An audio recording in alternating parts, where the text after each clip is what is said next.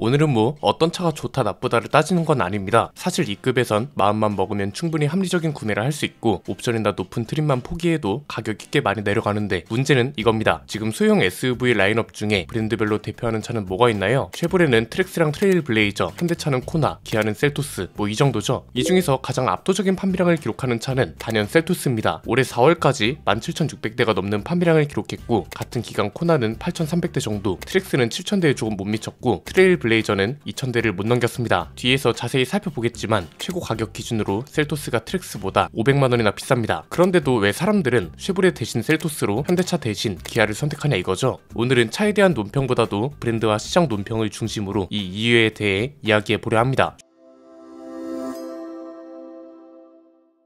쉐보레 이야기를 할 때마다 국산차도 아닌데 왜 국산차라고 하냐 이런 걸로 논점을 흐리는 사람들이 꽤 있어서 전제 조건을 간단하게 깔고 가겠습니다. 쉐보레는 대우자동차, 르노코리아는 삼성자동차라는 특수한 관계가 존재하죠. 여기에 사전적 의미로 국내에서 생산한다는 뜻에서 국산차가 맞고 그래서 공식 통계도 국산차로 잡히고 있는 거라고 짚어드린 적이 있습니다. 그래서 쉐보레랑 르노코리아는 국산차냐 수입차냐를 기준으로 나누는 것보다 국내 브랜드냐 해외 브랜드냐 이걸 기준으로 나누는 게 더 명확하다. 관련 영상에서 자세히 설명했었습니다. 그래서 뭐 이 논쟁이 그렇게 의미 있는 논쟁이다 이렇게 보이지는 않고요. 다시 돌아와서 오늘은 사실상 트랙스와 트레일블레이저가 실패한 이유, 한국에서 신차 효과를 제대로 끌고 가지 못한 이유에 대한 설명이라고 보시면 될 것 같습니다. 사실 트랙스와 트레일블레이저는 너무나도 완벽한 카드였습니다. 트랙스가 2천만원 초반부터 시작하는 가격으로 관심을 끌고 트레일블레이저는 셀토스 같은 차들보다 저렴하다는 전략을 펼치면 사실상 투트랙 전략이 가능한 거였단 말이죠. 그래서 트랙스가 출시되고 트레일블레이저가 페이스리프트 될 거란 소식이 있었던 당시 가장 이상적인 전략은 뭐라고 있었나요? 트랙스는 가성비 전략을 계속 이어가면서 트레일블레이저도 페이스리프트 되면서 가격 인상이 최소화되거나 없어야 트랙스의 가성비 전략도 유효할 거라고 했었죠. 왜냐면 트레일블레이저가 비싸게 나와버리면 그럼 그렇지 역시나 오래 못 가는구나 이런 부정적 인식 때문에 트랙스에도 안 좋은 영향이 갈 거라는 게 중요했습니다. 그러면서 또 하나 구분해야 할 건 뭐라고 했었나요? 트랙스 판매량이 안 나오는 이유를 수출 물량 때문이라고 해버리면 안 된다고 했었죠. 상대적으로 안 팔린다는 건 팩트입니다. 이런 말은 회사가 변명할 때 쓰는 거지 굳이 소비자들이 나서서 이런 걸 가지고 실드 쳐주려고 하는 건지 모르겠습니다. 그렇게 따지면 셀토스랑 코나는 해외 수출 물량이 없나요? 아니죠. 배정은 그 시장을 얼마나 중요하게 생각하는지를 증명하는 척도가 될 수도 있는 거라 이런 걸 분석 요인에 넣을 수는 있지만 소비자들이 실드 쳐줄 필요는 없다는 거였습니다. 이런 전망과 갑론을박이 치열한 와중에 한국 GM은 결국 가성비 전략을 완전 버렸습니다. 트랙스는 가장 저렴한 소형 SUV라는 수식어를 완벽하게 버렸고요. 트레일블레이저는 초반에 비싸다고 말이 많았던 코나보다도 시작 가격이 비싸졌습니다. 시작 가격이 스포티지보다 비싸면 말 다 한 거죠 뭐. 최근에 트랙스랑 트레일블레이저가 2025년형으로 연식 변경이 됐거든요. 이전 모델과 가격이 동결됐다는 식으로 기사가 나오던데 그럼에도 소비자들이 공감을 못하고 이게 접근으로 이어지지 못하는 이유는 간단합니다. 이미 너무 비싸졌기 때문입니다. 그냥 가격표를 보고 비교하면 됩니다. 트랙스는 이제 시작 가격이 2,188만원이고 풀옵션 모델은 3,025만원입니다. 트레일블레이저는 시작 가격이 무려 2,799만원, 풀옵션 모델 가격은 3,566만원입니다. 반면 셀토스는 시작 가격이 2,186만원, 풀옵션 모델은 3,554만원입니다. 이미 시작 가격이 셀토스가 트랙스보다 저렴하고 풀옵션 가격도 트레일블레이저보다 저렴하다는 거죠. 코나도 마찬가지입니다. 1.6 터보 모델을 기준으로 시작 가격이 2,516만원이고 풀옵션 가격은 3,684만원입니다. 시작 가격은 트레일블레이저보다 280만원 넘게 저렴한 거고 풀옵션 가격은 코나가 120만원 정도 비싼 거죠. 소형차 라인업은 특히 표시 가격이 중요하다고 했습니다. 아예 그냥 플래그십 모델이거나 프리미엄 브랜드면 그런 게 비교적 덜한데 소형차는 저렴해서 산다 내지는 합리적인 가격이어야 산다는 전제 조건이 있잖아요. 애초에 소비자들도 그것 때문에 사는 차이기도 하고요. 그래서 일단 표시 가격이 저렴해야 관심을 끌고 소비자들이 접근을 하고 여기서 좀 더 비싼 트림이나 옵션으로 팔거나 유도하는 건 영업사원들의 역량인 거죠. 그래서 초반에 표시 가격이 하이브리드 모델 때문에 비쌌던 코나도 판매량이 비교적 안 나왔던 거고요. XM3도 하이브리드 모델 때문에 표시 가격이 높아지면서 여론이 안 좋게 흘러가고 이게 판매량에 영향을 끼치는 거라고 이야기했었잖아요. 완전 반대인 경우는 신형 트랙스가 출시됐을 때라고 볼 수 있는 거겠죠. 이때는 코나보다 판매량이 많았으니까요. 그런데 지금은 현대기아차는 한국 사람이라면 이 급에서 기본적으로 고민 리스트에 올려버립니다. 나머지 쉐보레와 르노코리아 같은 경우는 차에 조금이라도 관심이 있거나 우리 집 앞에 대리점이 있는 경우가 아니라면 언론을 비롯한 미디어에서 가성비 모델이라고 엄청나게 띄워줘야 접근을 할 수밖에 없다는 거죠. 그래서 표시 가격이 비싸서 초기에는 판매량이 안 나왔던 코나 같은 경우는 소비자들이 어쨌든 다른 브랜드보다 접근을 많이 하는 건 사실이니 했더니 실제로 가서 견적을 내보고 이거 트랙스나 트레일 블레이저랑 별로 차이가 없는데 이러면서 구매까지 이어진다고 보고요. 쉐보레는 자연스럽게 멀어지고 있는 거죠. 그리고 여기서 셀토스가 압도적으로 팔릴 수 있는 이유도 간단합니다. 일단 표시 가격부터 셀토스가 가장 저렴하게 시작합니다. 차를 탈 것, 제품으로만 보는 일반 소비자들 입장에선 가격이 일단 합리적이니 구매를 결정할 수밖에 없겠죠. 그리고 차에 조금 관심이 있는 사람들 사이에서도 4기통에 8단 변속기를 장착한 차와 3기통에 6단 변속기를 장착한 차 중에 선택이 갈리고 있는 거고요. 사실 소형차 라인업은 마케팅과 판매 전략에 따라 굉장히 예민하게 결과가 갈린다고 보거든요. 저렴하면서 경쟁 상대보다 상품성도 좋아야 하고 신형이 나왔다고 해서 함부로 가격을 올렸다가 경쟁 모델은 또 이걸 인식해서 내려버리거나 이런 다양한 상황에 따라 성공과 실패가 갈리는 게 소형차 라인업입니다. 물론 이렇게 말할 수도 있습니다. 아니 쉐보레가 한국 시장을 얼마나 중요하게 생각하겠어? 얘네는 미국에서 훨씬 많이 팔고 있는데 한국이 눈에 들어오겠어? 이런 거죠. 물론 맞는 말일 수 있습니다. 한국을 생산 기지로만 생각할 수 있고 실제로 수출 실적도 굉장히 좋습니다. 그럼에도 이런 이야기를 왜 하냐? 한국 GM이 판매 시장으로서의 한국도 중요하다고 이야기했기 때문에 그런 겁니다. 이런 이야기를 안 했으면 잘 팔리든 안 팔리든 얘기할 이유도 없죠. 그런데 잘 팔아야 한다는 의지를 보였고 소비자들은 그렇게 인지를 하고 있습니다. 그러나 아직 그런 걸 못 보여줬습니다. 르노코리아는 전시장도 리니얼하고 엠블럼하고 모델명도 바꾸는 의지라도 보여주고 있습니다. 쉐보레는 아직 신차 도입도 계획만 있지 눈에 보이는 건 없고 그렇다고 기존에 잘 팔 수 있었던 모델들을 공격적으로 가져가고 있는 것도 아니기 때문에 문제인 겁니다. 실제로 트랙스는 신차 효과를 이어가지 못했고 트레일 블레이저도 마찬가지고 배정 물량이 핑계라면 그건 한국 시장을 중요하게 생각하지 않는다는 소리밖에 안 되는 거라 그건 그거대로 문제이기 때문에 그간 이야기가 나왔던 대로 한국 판매 시장도 중요하게 생각한다면 대대적인 전략 수정과 신차 도입이 요구된다. 이렇게 정리할 수 있겠네요. 오늘 내용은 여기까지입니다. 내용이 유익하셨다면 구독과 좋아요 알림 설정 부탁드립니다. 지금까지 저는 안피디였습니다. 감사합니다.